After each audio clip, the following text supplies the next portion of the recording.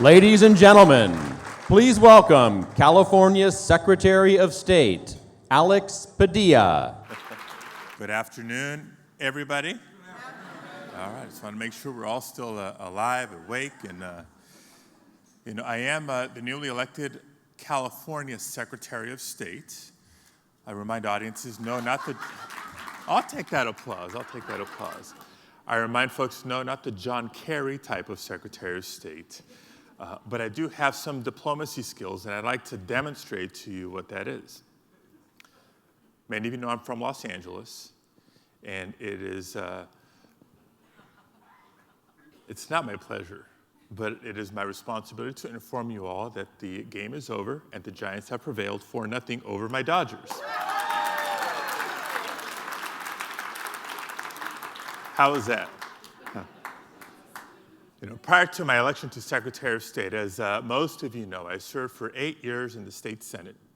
And for 6 of those 8 years, I served as chair of the State Senate Committee on Energy, Utilities, and Telecommunications. So for a former engineer, not a bad committee assignment. If only they would give me genomics and personalized medicine, I would have had a lot of fun. But it was under my watch. So we helped craft and shepherd a lot of important public policy through our committee and to both Governor Schwarzenegger and Brown, including but not limited to our renewable portfolio standard as we increase it from 20 to 33% in the state of California, the crafting of more than $1 billion investment in energy, not just conservation, but efficiency strategies, the deployment and adoption strategies for broadband to bring high-speed internet access to all Californians, and of course, the policy framework that embraces the new share economy in the state of California. And in all of our work, we try to be mindful of the very important security concerns, privacy concerns, not just consumer protections, but consumer choice objectives of our various policy proposals, and of course, the data-driven development of public policy and our economy. And far too often, I would hear from innovators and entrepreneurs, I just want government to stay out of our way, right? Because public policy done wrong can hurt innovation and can hurt the economy. Well, I'm an optimist, and I believe public policy done right can actually help stimulate the innovation and the growth of the economy. So while most people may look at the state capitol in Sacramento and say, oh, woe's me, there's the bill factory, I like to think that the California legislature is a little bit different and that it is an idea factory, right? What else can we do via public policy to help stimulate a new way in California? And I think the best example I have is this. In 2006, when I was running for the state Senate, it was the year AB 32 was working its way through the legislature. And I would get asked left and right, where are you on AB 32? Are you for it or are you against it? And I had the audacity to say, well, AB 32, as landmark as it is, at the end of the day, all we're doing is setting goals. It's going to require a lot of engineers and scientists, a lot of innovators and investors to develop the ways of actually achieving those goals. And you can apply that same thinking to water efficiency in our current drought situation or any of our natural resources. It's no wonder that the vast majority of venture capital across the country is invested here, because this is where that innovation and that pioneering work is taking place. California, we are the Golden State. And how do we maintain the policy leadership when it comes to this kind of thinking and this kind of breaking ground? It's not just a conversation about zero-emission vehicles or autonomous vehicles, but how do we have zero-emission autonomous vehicles on the roads of California? It's not just a conversation about let's do more solar and wind, or what about energy storage as part of the equation? You need the two to work together to maximize our economic and environmental benefit. And something San Francisco can appreciate. Is it Uber or is it taxis? Leave it to San Francisco. There's an Uber taxi option, right? The third way can be a better way. But it's not easy work to take a leadership position. It's tougher work to maintain a leadership position, not just on the public policy, but on the holistic economic policy so that California maximizes the job creation and economic benefit of this policy leadership. And so now it's my pleasure to introduce one of the nationally recognized leaders on this very topic. An authority on clean energy policy, she realized her goal of making Michigan a hub of clean energy development in North America by developing entire supply chains for these economies. She built partnerships and created incentives for battery manufacturing, bioenergy, solar and wind power. She is now an adjunct professor of public policy at UC Berkeley and a senior research fellow at the Berkeley Energy and Climate Institute, where she recently launched the American Jobs Project. Please welcome to the stage former Governor and Attorney General of Michigan, Jennifer Granholm. Thank you. I am privileged to be here. I know you're sort of looking at a gov sandwich, starting with Governor Brown and sort of clearing the end of the day with me and with Tony Early. I want to share with you some data from my laboratory, which was the Laboratory of Democracy, that is Michigan. And I want to share with you why I am obsessed about a couple of things. So with that, I'm obsessed about three problems. One of them is the loss of middle-class jobs. So this is the beautiful state of Michigan. How many of you been there? All right, good, good.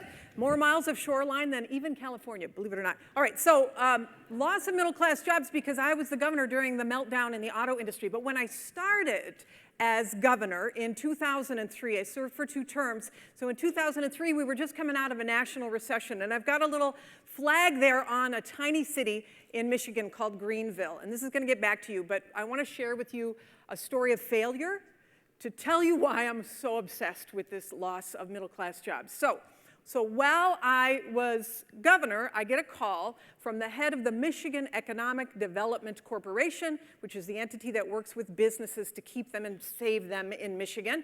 And Greenville was having a problem, he said. Greenville's about to lose our hugest employer, which is a refrigerator factory operated by Electrolux. So I'm a new governor. This is my first year in office. And I said to him, well, how many people live in Greenville? And he says, 8,000 people. And I said, well, how many people are employed by the refrigerator factory?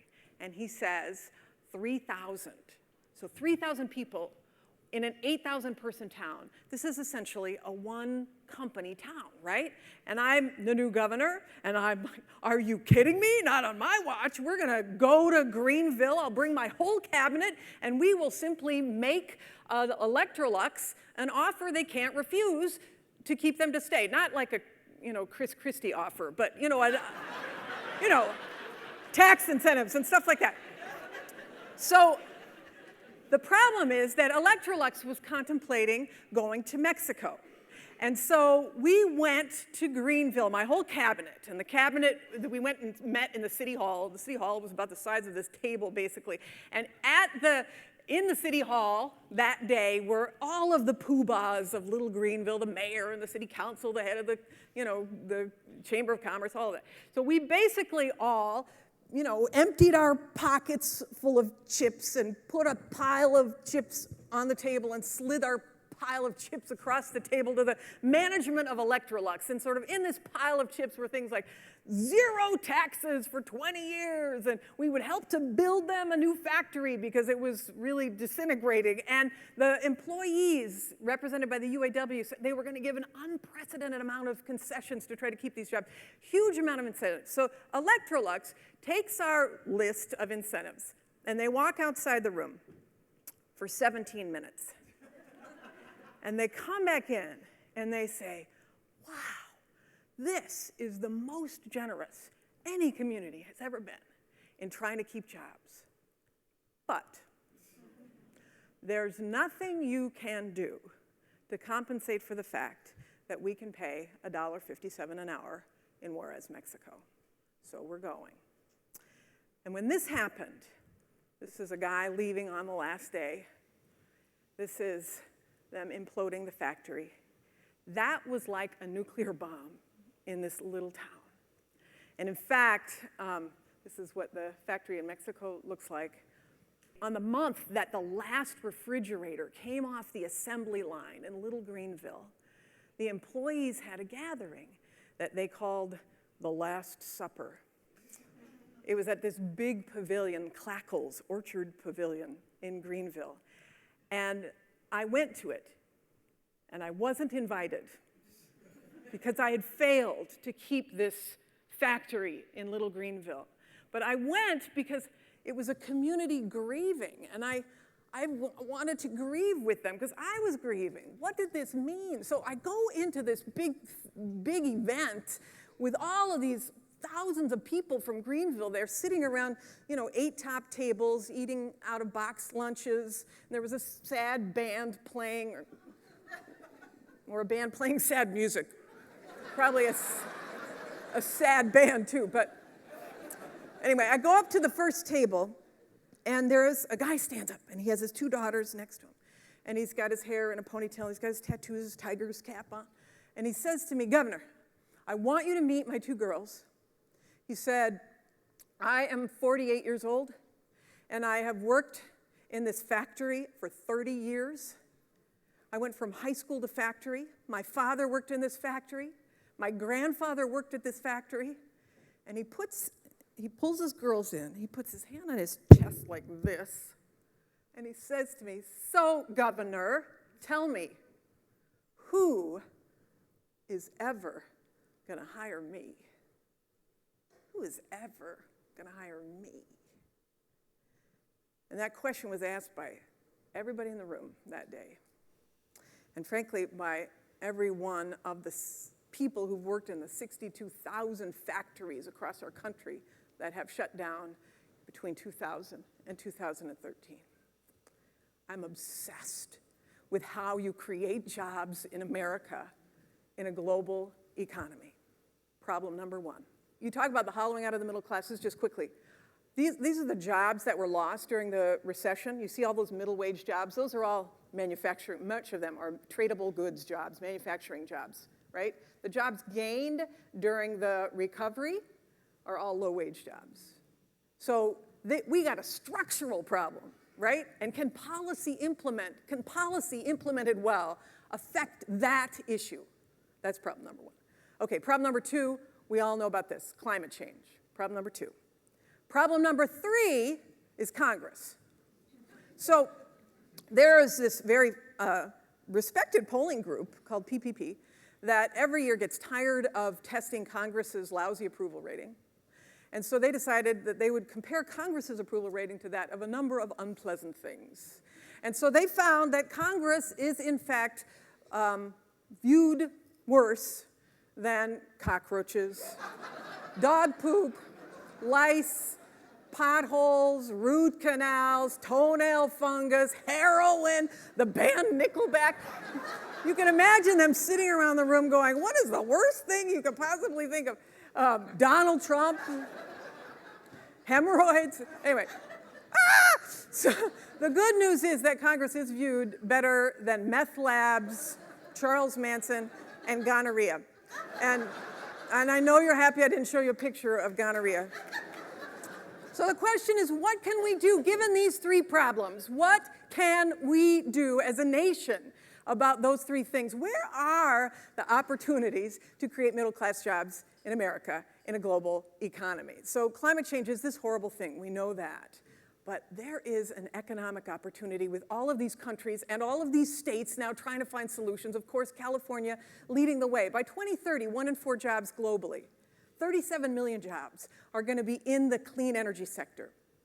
Where are those jobs going to be? What country will they be in? What state will they be in? Pew Charitable Trust every year does an assessment of where the money goes, the private sector dollars. And the last version of this, another version will come out later this month, but from 2013, $61 billion of private sector money in clean energy went in China, and the US was eclipsed by China a few years ago. We have $48 billion of money being invested in clean energy. And of course, the dollar figures go up every year. Huge opportunity. Did anybody read the book Decision Points by George Bush, his biography? What? Nobody? Okay, all right. Well, I read it, and I want to share with you a quick story from it, because George Bush, he would talk about, it's really quite funny that you get, nobody's read it. He would ask leaders to break the ice. He would say to leaders, global leaders, hey, what keeps you up at night? And what kept George Bush up at night, of course, was the fear of terrorism. What Hu Jintao said when he was head of China was very interesting. He said, what keeps me up at night is creating 25 million jobs a year for my people.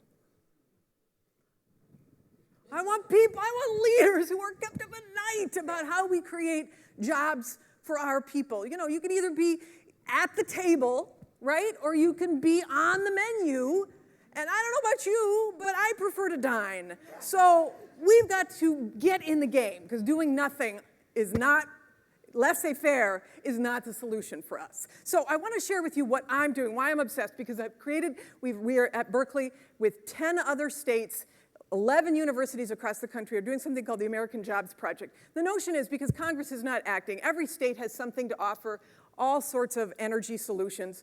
States right now have a very interesting strategy for economic development. So you remember when Rick Perry, of course, came to California to poach jobs. This is not unusual. There is a magazine called Site Selection Magazine, which awards a governor's cup every year to the governor who has poached the most jobs from another. We don't have the resources as governors to compete against China, but we compete against one another.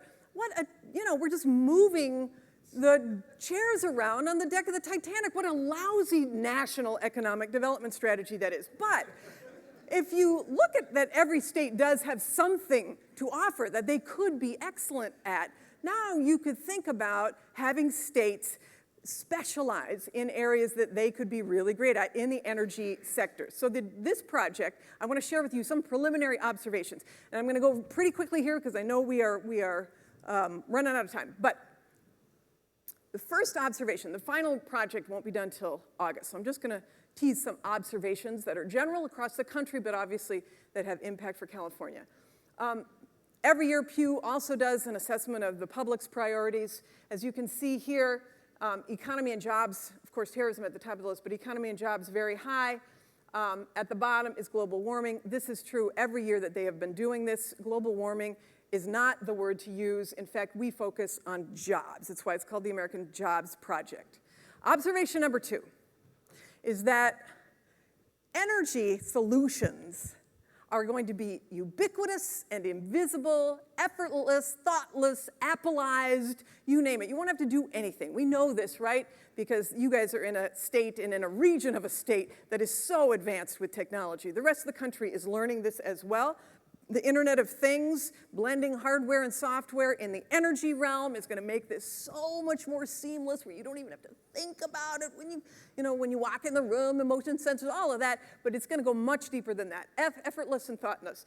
Solar is going to be ubiquitous as well and invisible. So we're obviously seeing solar, organic solar being painted onto windows so that you can't even see it. Obviously, the solar rooftops, bendable solar, wearable solar, so that you could be able to wear it on your clothing. Wind, interestingly, this is a picture of a series of stackable wind turbines, but they're small. And so they could be in unusual places, higher wind places. They could be in urban environments. They could be fences. Wind will be everywhere. You're going to see that what does this mean for states across the country in terms of jobs? Well, we all know that the EPA has lobbed something called the Clean Power Plan, where they're asking states to reduce their energy footprint by 30%. And so a lot of states are filing suit against the EPA. And the question is, are you going to put on your green shades and see this? Think like a business person. Think like the people in your states who could be building the products that get you to this particular goal. It is a huge market signal. It's an economic opportunity, not a massive threat. So change this notion of being terrified about what the Clean Power Plan is going to do and make it into a moment of prosperity. This is what we are telling these states that we are looking at. Observation number 3 is that everything is going to be distributed, even manufacturing. So as we all know, it's so easy to build a wind turbine blade and to put it up, not.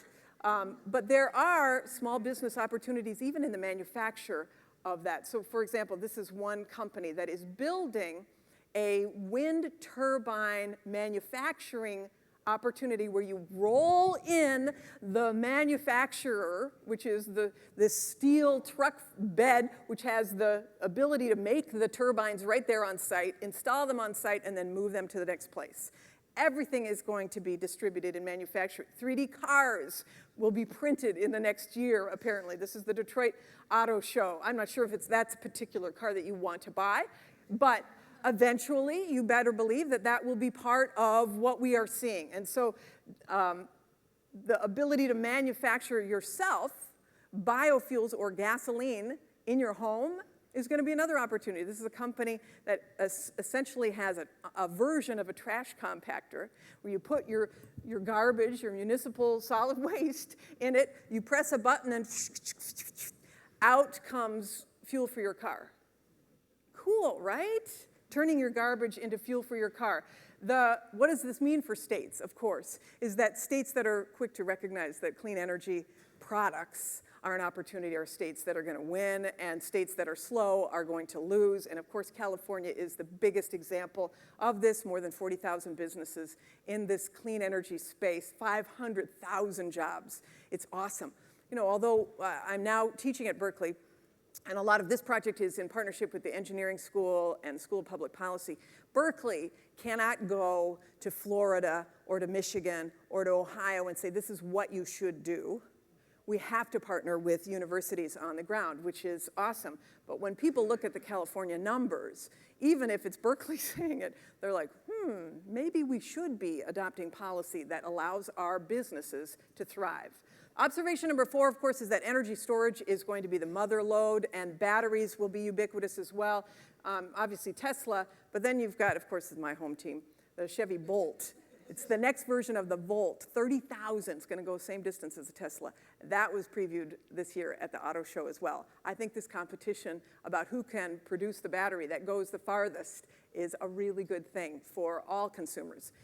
Battery innovations, when you have them in combination, obviously Tesla has now purchased or was working with Solar City to have a combination of battery plus solar panels. You're going to see bendable batteries. In fact, in this next slide, some vehicle, OEM vehicle manufacturers are going to be putting batteries embedded in the car itself, which is another very cool idea. And so what does the battery thing mean for states, of course, is that batteries are going to be able to fit everywhere. They're going to make generation reliable. These are smaller batteries. Utility scale batteries are going to be huge. California is such a leader in this. And the question is, who's going to build the batteries? Which state will build the batteries? Are we going to allow this to happen here in the US, or are we going to allow our economic competitors elsewhere to do it?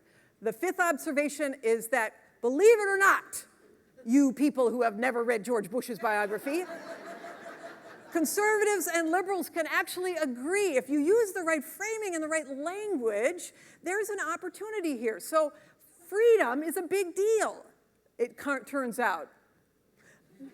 Competition is a really big deal. That's awesome. Jobs is a really big deal. Choice, the ability to have consumers picking their means of putting solar panels on their house. National security is a big deal. Energy independence, pro-local business, all of these things we can all agree on, even streamlining bureaucracy. California, great example. Jerry Brown signing this new bureaucracy-busting measure to streamline solar permitting. A great example for the nation if people would follow what California are doing. Now, if you're skeptical about whether conservatives and liberals can agree, I just have to point out something that's happening in Florida.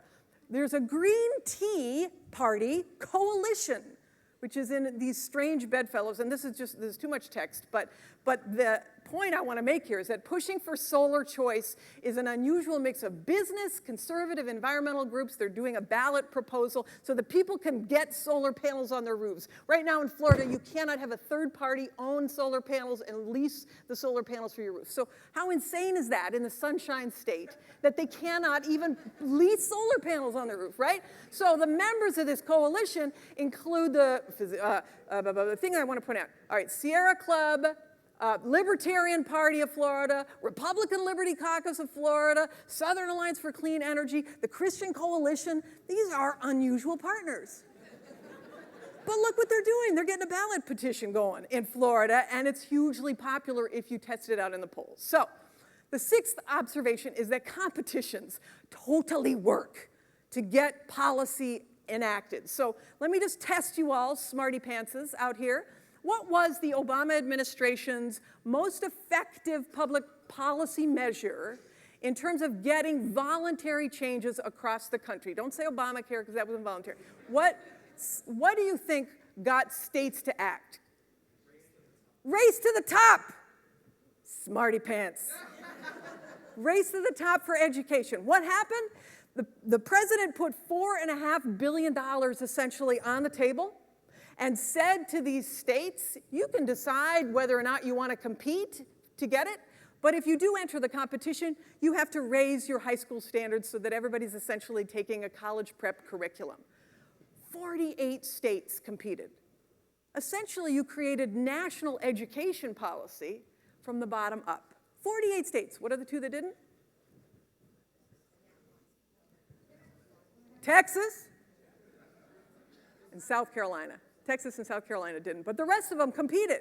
So, thinking about that, now Congress today may not be able to do something like that because they can't imagine putting any money on the table for almost anything. But if not Congress, if you wanted to challenge the governors to do something, who could do it?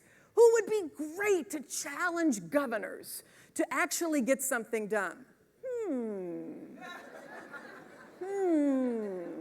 Let's think about it. Let's think about this competition stuff. It works totally. I'm just saying. Remember when Google did the challenge for laying high-speed fiber optic cable? Look at this. Over 1,100 cities competed. If you had a Google challenge to the governors to raise their renewable portfolio standards across the country, you would see all 50 governors jump in. I am telling you, respect the states. Empower the governors. And you could challenge them to create muscular state energy policy. You know who I'm talking about. Trigger the competitive juices of these governors. Elon Musk, Tim Cook, Larry Page, Mark Zuckerberg, I'm talking to you. You guys could come together, put $4 billion on the table. I mean, you make interest on this in a couple of hours with all this money you have offshore. Do any of you know any of these guys? Because I'm telling you, you could get this done. So the question for us is, we're going to go around Congress and we're going to create jobs and we're going to attack climate change. The private sector could lead the way on challenging these governors, and it would totally work. So who can get the political consensus? Who can make these two parties reach consensus? Who can create prosperous middle-class jobs? Who can save our planet from death and destruction? Is it Jerry Brown? Is it Sergey Brin? Is it our next president? Whoever she is. I had to do that. Or is it the person who's about to join me on stage? With that, this is my segue. Did you see? Of course, Tony and I go way back because he was head of DTE for 17 years when I was during my governor and attorney general years in Michigan. And I actually even tried to get Tony Early to run for governor of Michigan when I left, but he said no, he had to come out here. Well, that's because some things never change. You are such a hard act to follow. I never would have gone there. Actually, as Jennifer knows, the real reason, I seriously considered it. And then on one of those Sunday morning talk shows, my wife was quoted as saying, isn't America a great company? Even divorced men can win elections these days. And note that he's very happily married still, and probably a wise choice, but nonetheless, he's a great leader, obviously, and would be a great leader in many realms. So it's great. I'm glad that you're out here. We landed at about the same time in 2011. So you're now taking on this massive, been taking on this massive opportunity, and you've seen it in 2 different states. And I'm sort of curious, Tony, if you had to wave your magic wand and say this in California would be the best next step policy, what would you say in the energy realm? And I think California has a great base to build on because we already have a framework for pricing carbon to deal with greenhouse gases. We have the best energy efficiency programs in the country. We are a leader in renewable energy. We've got a mandate for 33%. The utilities in California will make that standing on their heads. I mean, we're almost there now. We're at 28% at PG&E, and in fact, more than half of our generation fleet is totally non-emitting. So the next step actually has been taken. The governor just a week or so ago announced a target to reduce greenhouse gases 40% below 1990 levels. And it's an aggressive target, but it looks at the right thing. It's not picking and choosing winners in technology because, that's hit or miss. But it is saying we got to get greenhouse gases down. And he's going to let the sectors decide which technology you want to use. Do you want to use renewables? Do you want to use electric vehicles? So I think California is well on their way. Now, what we have to avoid is all the individual interests who will want to take that 40%, well, it all ought to be in renewables, or all ought to be energy efficiency, or all electric vehicles. We've got to let each sector, whether it's our own or the Chevrons, figure out how to get there given their economy and how they operate their company. So I'm curious, I mean, Tony's a pretty revolutionary energy company executive, and there's not every investor-owned utility across the country is as forward-thinking, we'll say. Why? Because it has not, the sky has not fallen with all of these energy mechanisms that have been put into place policy-wise. Why has it been so hard to get, for example, IOUs in the Southeast to follow, to be less resistant, I'll say, to clean energy? Yeah, I think you're starting to see that change, and part of it is because of the success that we've had here in California.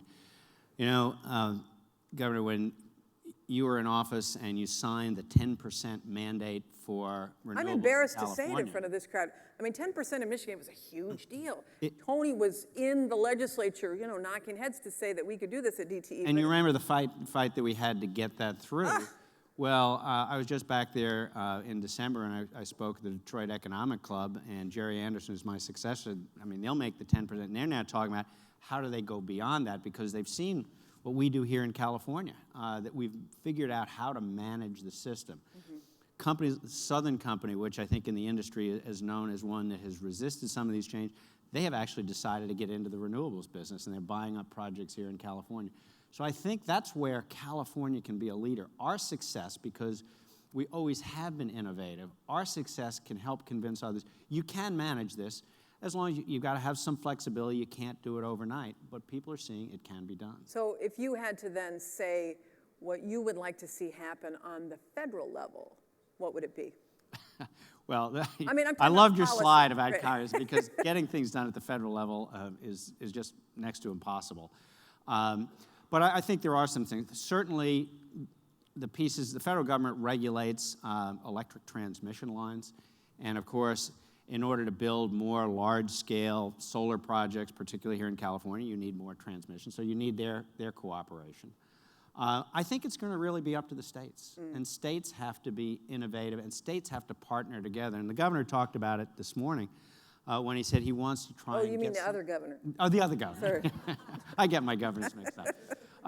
The real governor. That the Western region ought to start to work together better And if we're successful, then you can go to other parts of the company. And as you know, I mean, the biggest issue in all of this is cost, right? I mean, if you want to upgrade your grid, if you want to have even microgrids, et cetera, the question is who's going to pay for that? And that's the most difficult thing to persuade. On the federal level, do you think that there could be persuadable case that grid investments could be put into an infrastructure bank that includes traditional infrastructure investment, so that the definition of infrastructure is broadened?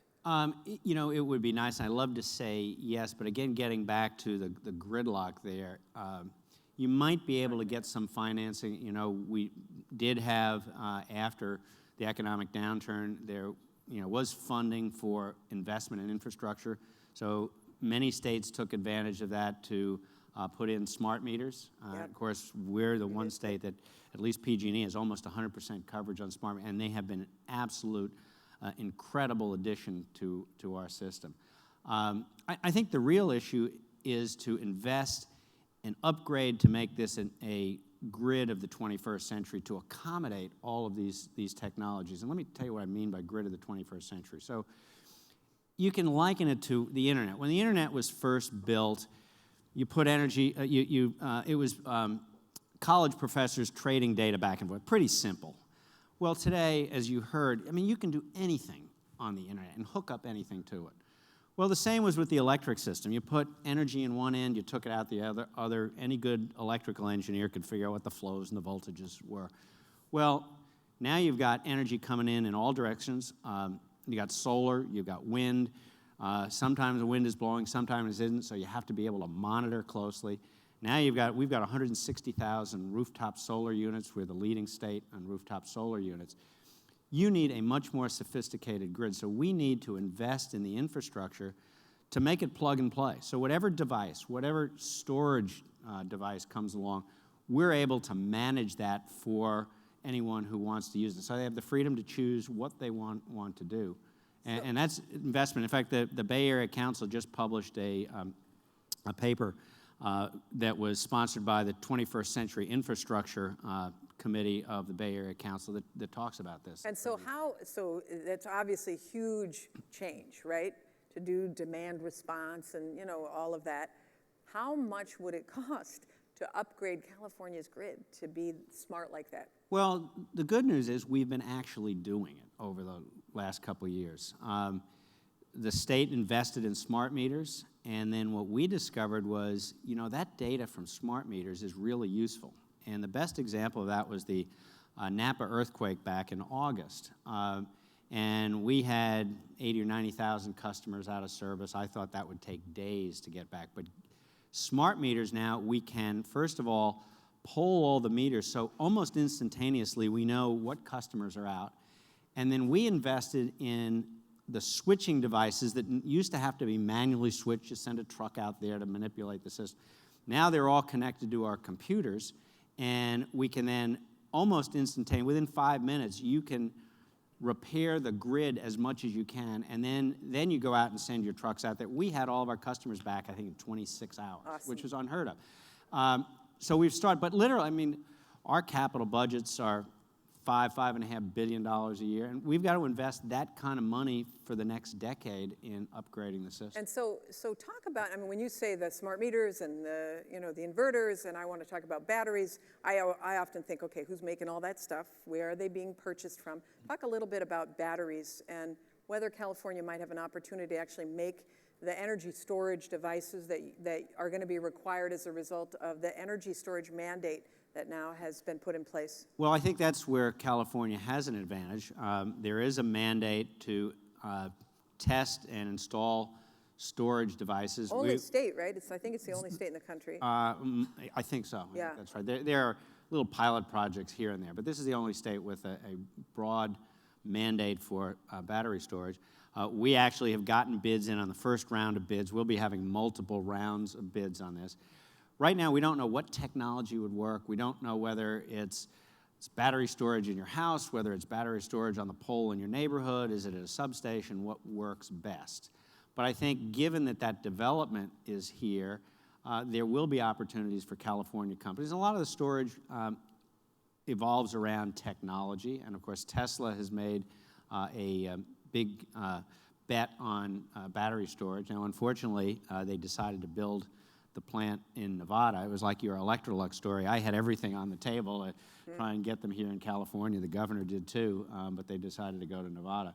But I think there will be opportunities here. Yeah, and so the notion of all this distributed solar poses a potential business problem for the utilities, because once somebody has distributed solar and you are subsidizing that through net metering, then they are not necessarily paying for the grid, which everybody uses. Does there need to be a new business model or a new way of thinking about how we encourage the distributed assets? Absolutely.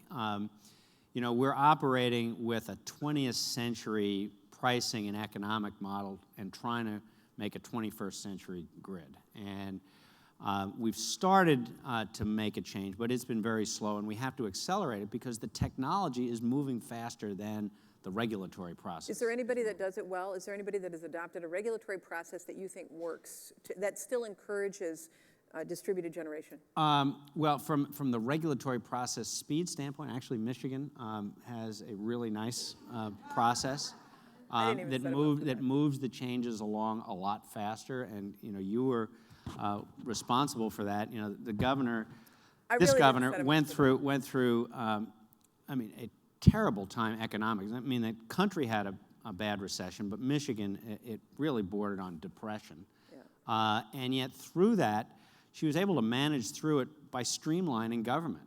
And the byproduct of that is now they have a very streamlined process for getting things approved. And I think you showed the governor cutting the red tape on getting approval for rooftop solars. The Bay Area Council has, one of its key issues over the years has been we've got to streamline the regulatory process, reduce the ability to stop projects, because all these projects require layers and layers of approval. Right, right. So I know that we are out of time, but I just have to close by saying that Tony Early looks like Mr. Clean. He's really sneaky, because if you look at his tie today, it's really got the Old English D, very small, the Detroit Tigers on his tie. I wanted to make Jennifer feel right at home. It's very cool. Please give a warm thank you to our sponsor,